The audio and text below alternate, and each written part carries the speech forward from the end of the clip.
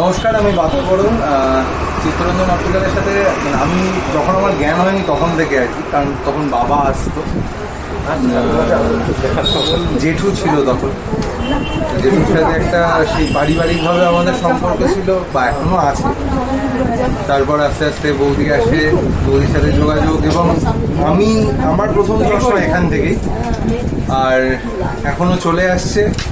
বাবারও এখান থেকেই চলছে, এই চলে যাচ্ছে। আর যেটা বলার সেটা, হ্যাঁ, আমি আজ অব্দি অন্য কোনো দোকানে যাইনি, কিন্তু প্রচুর যখন সোশ্যাল মিডিয়া ঘাঁটি বা দেখি তখন অন্যান্য, আমি নাম করবো না, বাট অনেক ব্র্যান্ডের গ্লাসেসের অ্যাডভার্টাইজমেন্ট আমাদের কাছে আসে।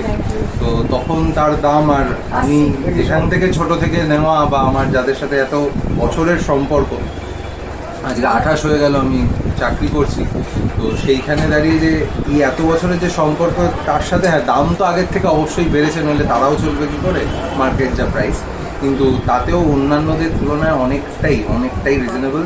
সো আই সাজেস্ট আপনারাও আসুন, ভালো লাগবে।